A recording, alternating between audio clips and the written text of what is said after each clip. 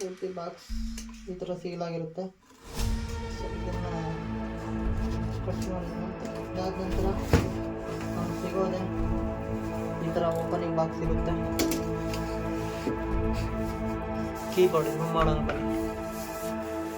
So ಇದನ್ನು open ಮಾಡ್ತಿದ್ದ ಹಾಗೆ ಒಂದು ಬ್ಯೂಟಿಫುಲ್ ಆಗಿರೋ ಒಂದು ಕೀಬೋರ್ಡ್ ಸಿಗುತ್ತೆ.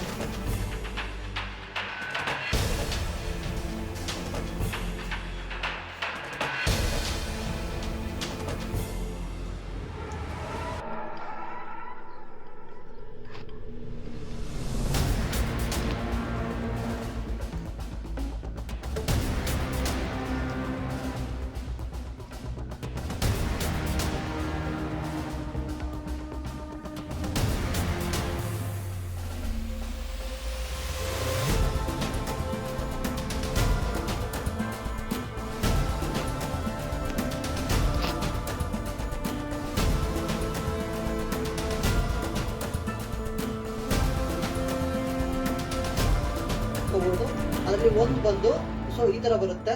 ಸೊ ಇದು ಪೂರ್ತಿ ಎಲ್ಲ ಲೈಟ್ಸ್ಗಳು ಕೂಡ ಡಿಮ್ ಮತ್ತೆ ಡಿಪ್ ಆಗ್ತವೆ. ಮತ್ತೆ ಎರಡನೇದು ಬಂದು ಇದು ಫಾಸ್ಟೆಸ್ಟ್ ಆಗಿ ಗ್ಲೋ ಆಗ್ತವೆ.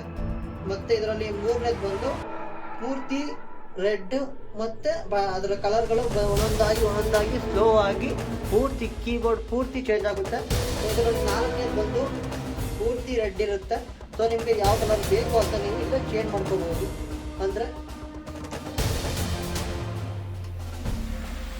ಇದರಲ್ಲಿ ಎಪ್ಪೆನ್ ಹಿಡ್ಕೊಂಡು ಇದನ್ನೇ ಒತ್ತಾ ಇದ್ರೆ ನಮಗೆ ಬ್ಯಾಕ್ಗ್ರೌಂಡ್ ಯಾವ ಕಲರ್ ಬೇಕು ಆ ಕಲರ್ನ ನಮ್ಗೆ ಯಾವ ಕೂತ್ಕೋಬೋದು. ಮತ್ತು ಇದರಲ್ಲಿ ಬರುವಂಥ 5ನೇ ಕೀ ಬಂದು ಇದೆ.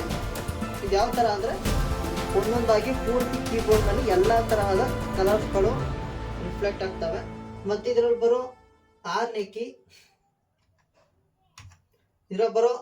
ಕೀ ಅಂದರೆ ಇದೆ. ಇದು ನಮಗೆ ಒಂದೊಂದಾಗಿ ಕೀಬೋರ್ಡ್ನಿಂದ ಪೂರ್ತಿ ಕಡೆಯಿಂದ ಪೂರ್ತಿ ಕೀ ತುಂಬಾ ಸಖತ್ತಾಗಿದೆ. ಸೊ ಯಾವ ಥರ ಅಂದರೆ ನಾವು ಯಾವ ಥರ ಟೈಪ್ ಮಾಡ್ತಿದ್ದಾಗ ಬ್ಯಾಕ್ಗ್ರೌಂಡ್ RGB ರಿಫ್ಲೆಕ್ಟ್ ಆಗುತ್ತೆ. ಸೊ ಇಲ್ಲಿ ನೋಡ್ತಿದ್ದೀರಾ ನೋಡಿ, ನಾನು ಒತ್ತಾ ಇದ್ದೀನಿ. ನಾವೇನು ಕೀ ಪ್ರೆಸ್ ಮಾಡಿದಾಗ ಬ್ಯಾಕ್ಗ್ರೌಂಡ್ ಕೀ ಅಂದರೆ ಸೆನ್ಸರ್ ಆಗಿ ಕೀಗಳು ಸೆನ್ಸ್ ಆಗಿ ಬ್ಯಾಕ್ಗ್ರೌಂಡ್ ಲೈಟ್ ಬರುತ್ತೆ. ನೋಡ್ಕೋವ ಈಗ ಒಂದೇ ತರಹದ ಲೈಟ್ ಕೂತಿದೆ.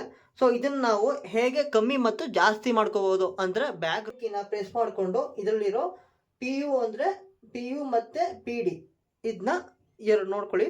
PU ಅಂದರೆ ಜಾಸ್ತಿ ಮಾಡ್ಕೊಳ್ಳೋದು, PO ಅಂದರೆ ಕಮ್ಮಿ ಆಗೋದು. ಅಂದರೆ ಬ್ಯಾಕ್ ಲೈಟ್ ಸ್ವಲ್ಪ ಕಮ್ಮಿ ಆಗುತ್ತೆ, ಡಿಮ್ಮು ಮತ್ತು ಡಿಪ್ ಆಗುತ್ತೆ.